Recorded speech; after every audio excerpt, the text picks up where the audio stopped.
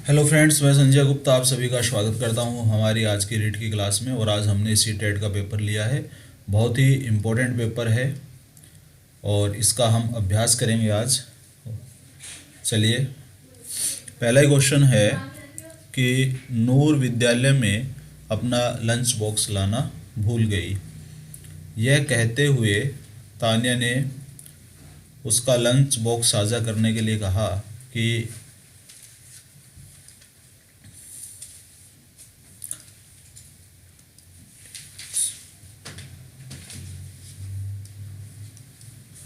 हाँ, यह कहते हुए तानिया से उसका लंच बॉक्स साझा करने के लिए कहा कि तुम्हें लंच बॉक्स मेरे साथ साझा करना चाहिए, क्योंकि मैंने कल तुमसे अपना लंच बॉक्स साझा किया था। लॉरेंस कोलबर्ग के नैतिक विकास के सिद्धांत के अनुसार नूर का गठन अभिविन्यास प्रारूप को किस अभिविन्यास प्रारूप को दर्शाता है? चार ऑप्शन है आपके सामने और आपको इसमें से सेलेक्ट करना है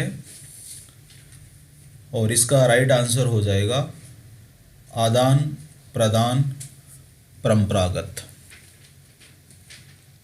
चलिए नेक्स्ट क्वेश्चन ले लेते हैं। समाज में विभिन्न लिंगों के लिए उपयुक्त माने जाने वाली प्रारूपिक विशेषताओं के बारे में जन सामान्य की अवधारणा को क्या कहते हैं? जेंडर विभेदीकरण, जेंडर भूमिकाएं, जेंडर पहचान, जेंडर रूढ़िवादिताएं। और इसका आपका सही ऑप्शन हो जाएगा जेंडर भूमिकाएं। इसके बाद में नेक्स्ट क्वेश्चन ले लेते हैं। हाल ही में पाठ्यचर्या में एनसीएफ में ऐसी कहानियों को शामिल करने के लिए विवेकशील प्रयास किया गया है जिसमें पिता घर के कार्यों में लगा रहता है और माता साहसी गतिविधियों को करती है। यह कदम किस लिए है? बहुत ही शानदार क्वेश्चन है ये। चार ऑप्शन आपके सामने हैं, आपको सही ऑप्शन का चुनाव करना है। यह कदम उठाया गया है क्योंकि यह जेंडर रूढ़िवादिता को समाप्त करता है। इसके बाद में नेक्स्ट क्वेश्चन है। वाइगोट्स्की के अनुसार जब एक वयस्क बच्चे के निष्पादन के वर्तमान स्तर को सहयोग द्वारा विस्तारित करता है तो इसे क्या कहते हैं?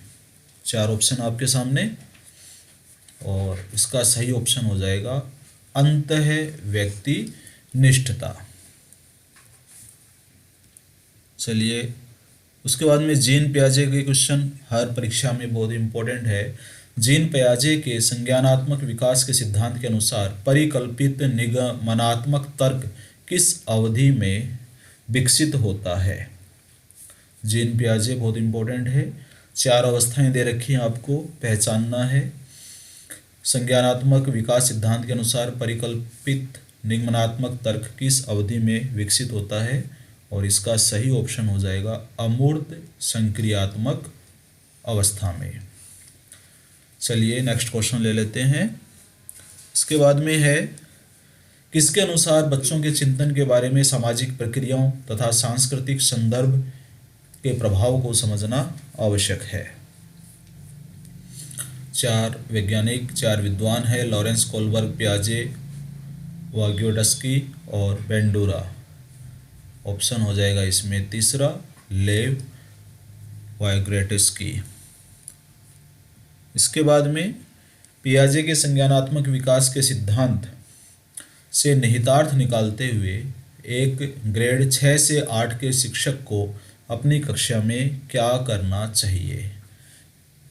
चार विकल्प आपके सामने, आंसर देने की कोशिश कीजिए। इसका ऑप्शन हो जाएगा 2, ऐसी समस्याएं प्रस्तुत करनी चाहिए जिसमें तर्क आधारित समाधान की आवश्यकता होती है। उसके बाद में डेविड गार्डनर का मल्टीपल इंटेलिजेंस थ्योरी बहुत प्रसिद्ध है। तार्किक गणितीय बुद्धि वाले एक व्यक्ति की क्या विशेषता होती है?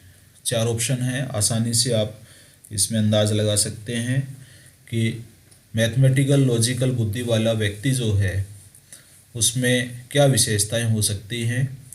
और बहुत सीधा सा आंसर हो जाएगा इसको पैटर्न को खोजने की, तर्क और लंबी श्रृंखलाओं को हल करने की क्षमता होगी और संवेदनशीलता होगी।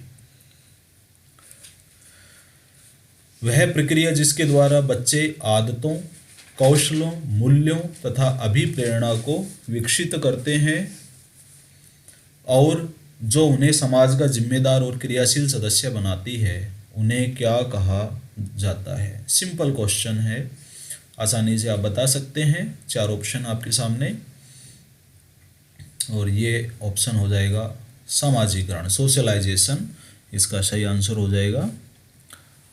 उसके बाद में मानव विकास के संदर्भ में आनुवांशिकता तथा पर्यावरण की भूमिका के बारे में निम्नलिखित में से कौन सा कथन सही है।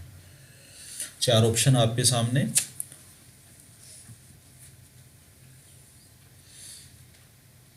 ऑप्शन डी, आनुवांशिकता तथा पर्यावरण दोनों एक दूसरे के जटिल पारस्परिक क्रिया के रूप में मानव विकास को प्रभावित करते हैं। और ये कहा भी जाता है कि मनुष्य जो है हेरिडिटी यानी आनुवांशिकता और पर्यावरण दोनों का परिणाम है। एक प्रगतिशील कक्षा में आपको बताना है कि कौन सा कथन सही होगा। विद्यार्थी के द्वारा ज्ञान की संरचना की जाती है। विद्यार्थी निष्क्रिय रूप से ज्ञान प्राप्त करता है। विद्यार्थी के द्वारा ज्ञान को ज्ञान के रूप में दोहराया जाता है। शिक्षक के निर्देशों के अनुसार विद्यार्थी द्वारा ज्ञान का अनुस्मरण किया जाता है। तो बहुत ही बढ़िया क्वेश्चन है और बिल्कुल सटीक आंसर हो जाएगा 4 का। बहुत लेवल के क्वेश्चन है इसमें। सीटेट के अंदर हमेशा स्तरीय प्रश्न आते हैं और आपके अभ्यास के लिए बहुत ही बढ़िया है ये। सतत व समग्र मूल्यांकन में क्या शामिल है। संरचनात्मक आकलन, संकलनात्मक आकलन, न तो संरचनात्मक न संकलनात्मक, और विविध प्रकार की रणनीति का प्रयोग करते हुए संरचनात्मक और संकलनात्मक आकलन दोनों का प्रयोग करना। तो CCA, सतत और समग्र मूल्यांकन से मतलब है हमारा CCA। तो CCA में क्या क्या शामिल हैं, तो हम संरचनात्मक और जो है कलेक्टिव संकलनात्मक आकलन दोनों का प्रयोग करते हैं विविध प्रकार की रणनीतियों का प्रयोग करते हुए। तो ऑप्शन डी हो जाएगा। आपकी कक्षा के एक विद्यार्थी को विभिन्न स्रोतों से बार बार यह बताया गया है कि उसके सामाजिक वर्ग के लोग शैक्षिक क्षेत्र में निम्न स्तरीय प्रदर्शन करते हैं। इस रूढ़िवादिता एवं परिमाणिक रूढ़िवादी आशंका के प्रभाव को पहले कम करने के लिए एक शिक्षक को क्या पहल करनी चाहिए। यानी कि जो पिछड़े हुए वर्ग के छात्र हैं उनको एक रूढ़िवादी मानसिक रूप से पिछड़े छात्र के रूप में परिवर्तित होने से रोकने के लिए एक शिक्षक को क्या पहल करनी चाहिए। बहुत ही बढ़िया क्वेश्चन है ये। ऑप्शन हो जाएगा विभिन्न सामाजिक वर्गों के रोल मॉडल से संबंधित कहानियों व उदाहरणों को प्रदर्शित करना चाहिए। ऐसे व्यक्तियों की कहानियों को उदाहरण के रूप में प्रस्तुत करें जो समाज से जुड़े हों और जिन्होंने बहुत ही महत्वपूर्ण भूमिका निभाई हो। एक समावेशी कक्षा में शिक्षक को क्या करना चाहिए। यह विश्वास करना चाहिए कि प्रत्येक बच्चे में योग्यताओं व शक्ति के अनुसार सीखने की क्षमता है।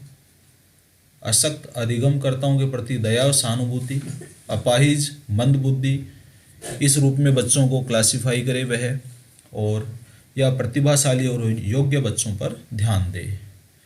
तो एक समावेशी कक्षा में हम कह सकते हैं कि पहला जो ऑप्शन है कि उसे यह विश्वास हो कि प्रत्येक बच्चा अपनी योग्यता और शक्ति के अनुसार सीखने की क्षमता रखता है। एक विद्यार्थी कक्षा में निम्नलिखित लक्षण प्रदर्शित करता है। पढ़ाई के प्रति चिंता, शब्द या अक्षरों को पहचानने में कठिनाई, निम्न स्तरीय शब्दावली कौशल, पढ़े हुए को याद करने में कठिनाई। तो किसके सूचक हैं ये। एक स्वलीन विद्यार्थी के, सृजनात्मक विद्यार्थी के, अधिगम अशक्तता वाले विद्यार्थी के, या मानसिक क्षति वाले विद्यार्थी के। तो ये क्वेश्चन हमने देखा है कि रीट 2012 के पेपर में भी आया हुआ है। ये अधिगम अशक्तता वाले विद्यार्थी के क्वेश्चन हैं। लक्षण हैं ये। उसके बाद में एक शिक्षक समावेशी कक्षा में विशेष योग्यता वर्ग वाले अधिगमकर्ताओं की आवश्यकताओं को किस प्रकार से बता सकता है, संबोधित कर सकता है। 4 ऑप्शन आपके सामने।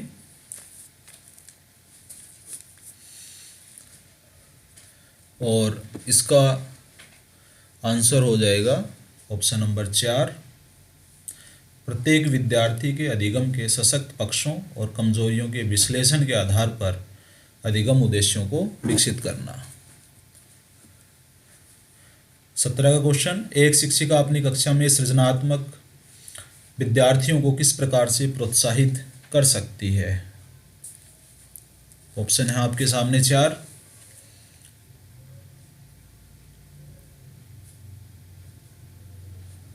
इसका आंसर हो जाएगा ऑप्शन नंबर 3, अनेक परिप्रेक्ष्यों को प्रोत्साहित करके तथा मूल विचारों को महत्व देकर सृजनात्मक विद्यार्थियों को प्रोत्साहित कर सकती है। क्वेश्चन नंबर 18, कौन सा कारक कक्षा में सार्थक अधिगम का पक्ष लेता है। कौन सा कारक कक्षा में सार्थक अधिगम का पक्ष लेता है। 4 ऑप्शन आपके सामने। ऑप्शन नंबर 4 हो जाएगा विषय वस्तु तथा बच्चों के संपूर्ण कुशल क्षेम एवं अधिगम के प्रति सच्चा सरोकार रखना।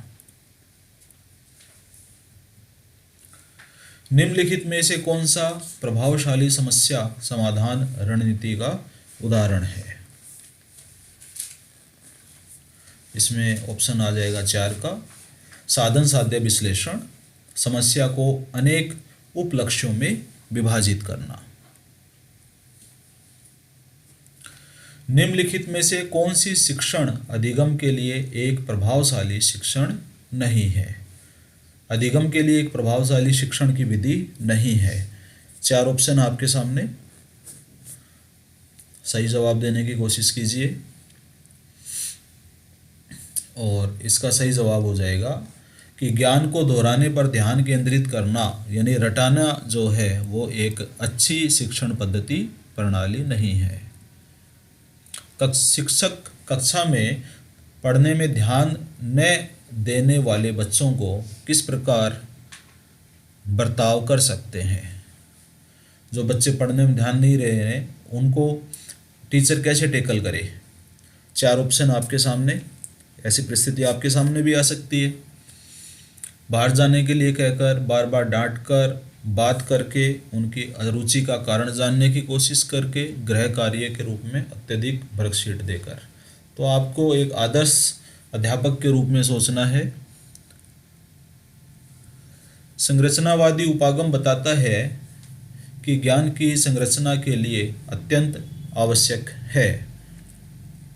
4 ऑप्शन आपके सामने। और इसका सही आंसर हो जाएगा 1, विद्यार्थी का पूर्व ज्ञान।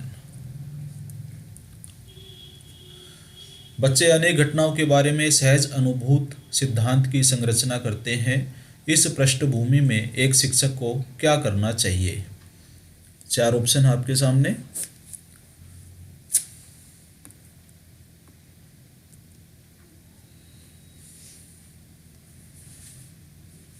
इसका ऑप्शन हो जाएगा 1, संवाद के द्वारा बच्चों की अवधारणाओं को चुनौती देनी चाहिए जिससे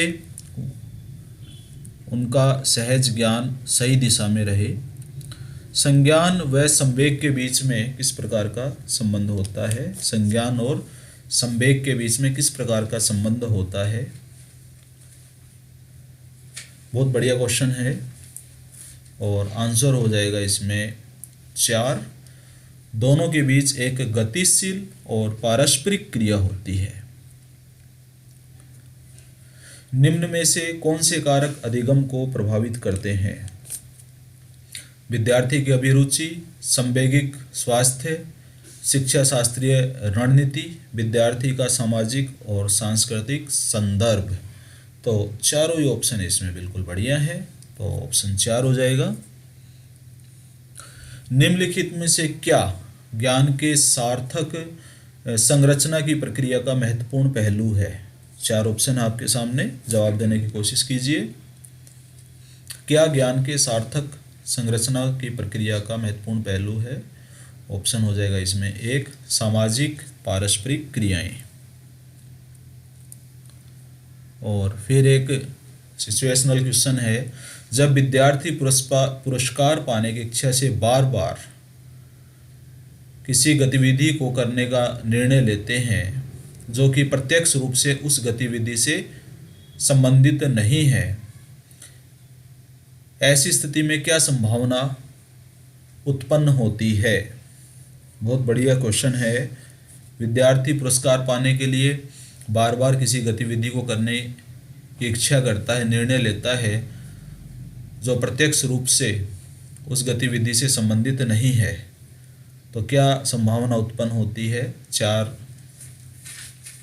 परिस्थितियां हैं।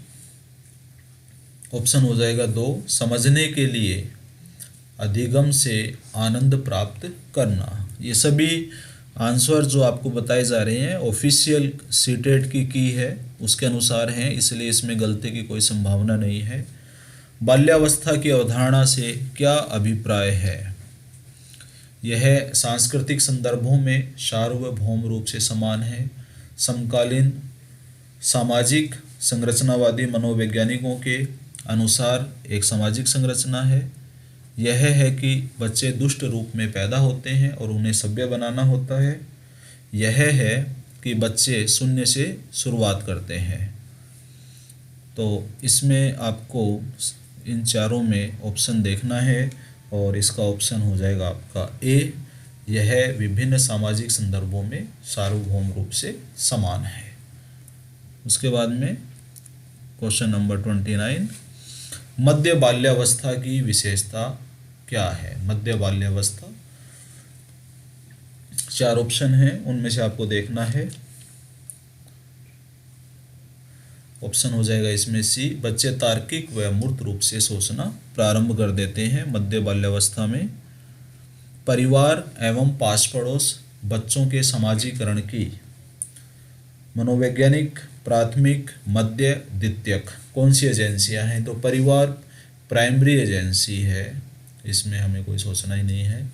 तो ये हमारा सीटेट का पेपर हो गया। बहुत ही शानदार पेपर था, पेपर का लेवल बहुत अच्छा था। बार बार इसका अभ्यास कीजिए। धन्यवाद।